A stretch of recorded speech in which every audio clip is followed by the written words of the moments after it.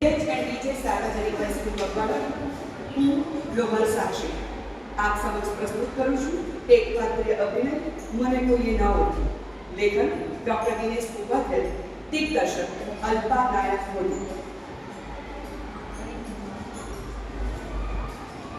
મને ખબર જ હતી કે હું અહીં આવીશ ત્યારથી તમારા સૌની નજર મારા પર જ હશે મને જોતા જ તમને એક પ્રશ્ન થશે કે હું કોણ છું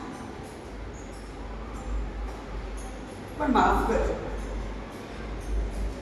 હું તમને મારી સી ઓળખાણ આપું તમે મને નથી ઓળખી શક્યા અને નથી ઓળખી શકવાના આ મારો કોઈ આક્ષેપ વિણ કે શંકા નથી આ તો યુગોથી ચાલી આવેલી પુરવાર થયેલી એક સત્ય હકીકત છે આ પ્રશ્ન આજનો નથી ગઈકાલનો પણ નથી એ તો અનાદિકાળનો સનાતન પ્રશ્ન છે હા વિશ્વમાં બે મહાન શક્તિઓને કોઈ ઓળખી શક્યું નથી અને ઓળખી શકવાનું પણ નથી એક તે ઈશ્વર અને બીજી તે સ્ત્રી તમે કદી ઈશ્વરને ઓળખ્યો છે ખરો સ્ત્રીને પણ ઓળખી છે ખરી ના તમે નથી ઓળખી શક્યા અને નથી ઓળખી શકવાના નારી તું નારાયણ ગૃહિણી ગૃહમ ઉચ્યતે યજ્ઞનારસ્તુ પૂજન્તે રમન્તે તત્ર દેવતા વાહ આ બધું ક્યાં હું તમને પૂછું છું આ બધું ક્યાં અરે માતૃદેવો ભવ કહીને પોતાની માતાની પૂજા બહેનના હાથે રક્ષા બંધાવનાર એ જ ભાઈ પ્રાણની જે પુત્રીને પ્રેમ કરનાર એ જ પિતા પતિ તરીકે પોતાની પત્નીને કેમ નિરાશ કરે છે કેમ રીવાવે છે અને સળગાવી મૂકે છે એને મારી નાખે છે શું કરે તમને પુરાવા જોઈએ છે તો પછી ઉઘાડો તમારો ઇતિહાસ અને વાંચો એના એક એક પાના સાંભળ્યા છે તમે મારા હિપકા ભર્યા વેદના ભર્યા ચીસ ભર્યા રુદનો જાણ્યા છે મારી લાજ લૂંટવાની કેટલા બધા જોડા છે મારા જીવના જોખમે મારી લાજ બચાવવા માટે મારા પાપા તરફડ્યા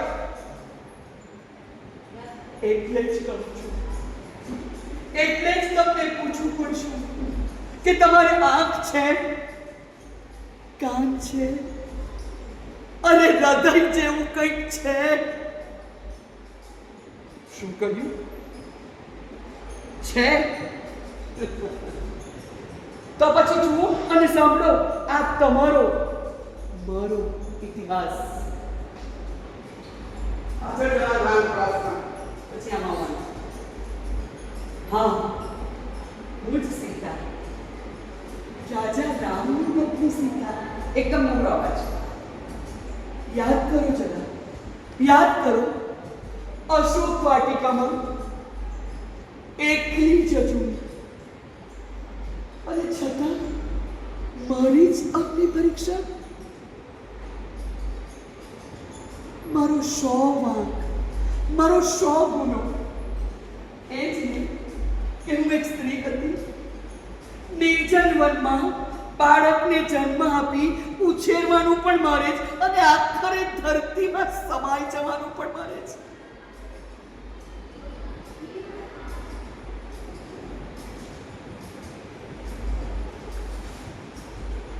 ધર્મરાજા યુધિષ્ઠિર એટલે બીજું બાકી દાસીતા હતી અહીંયા ધર્મરાજા યુધિષ્ઠિરે જુગારવાનું મને એટલે કે દ્રુપદ રાજ કન્યા દ્રૌપદીને હોડમાં મૂકી શા માટે? યાદ છે પરિસભામાં એક વસ્ત્રીએ મને કેવી નિર્લજ રીતે કસરીને ખેંચી લાવ્યો હતો.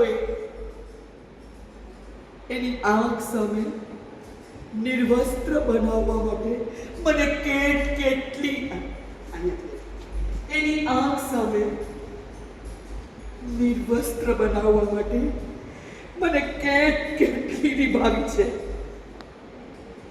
શરમ ન આવી એ નાલાયક દુશાસનને મારું એકમાત્ર વસ્ત્ર ખેંચતા? કહેવાતા 5 પતિઓ, વડીલો અને સૌ મહારથીઓ કેવા મૂંગા અને લાચાર બની ગયા હતા. અરે દાદા ભીષ્મ પિતામહ પણ કંઈ ન બોલ્યા. એ તો ભલું થજો માં ગાંધારીનું કે જેની શિખામણથી દુશાસન અટક્યો અને સૌના પ્રચંડ વિરોધથી હું બચી ગઈ. એક સ્ત્રીએ જ એક સ્ત્રીની લાજ બચાવીને, બીજા કોઈએ નહીં, કોઈએ જ નહીં.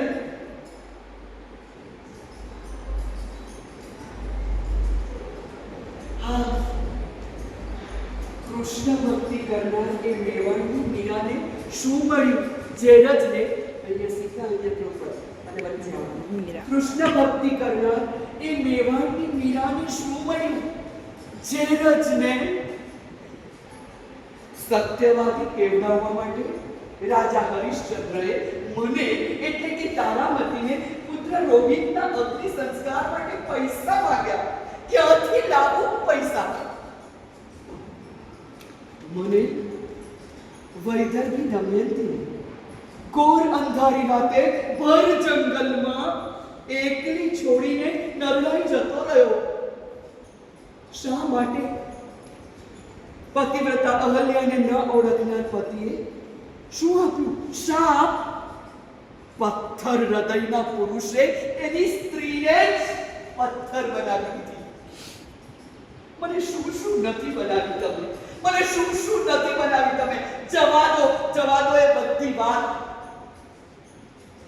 એ તો અનાદિકાળથી સમાજના તીખેલા રણમાં, કુરિવાજોમાં દળાતી, પીસાતી, અન્યાયોમાં ખંડાતી, છુંદાતી તે હું જ સ્ત્રી. માયા, મમતા, સ્નેહ, પ્રેમ, ધીરજ, સહનશક્તિ આ બધું જ છે મારામાં. એમ કહીને પણ મને કોઈએ ન ઓળખી, મને કોઈએ જ ના ઓળખી, કોઈને જ ના ઓળખી.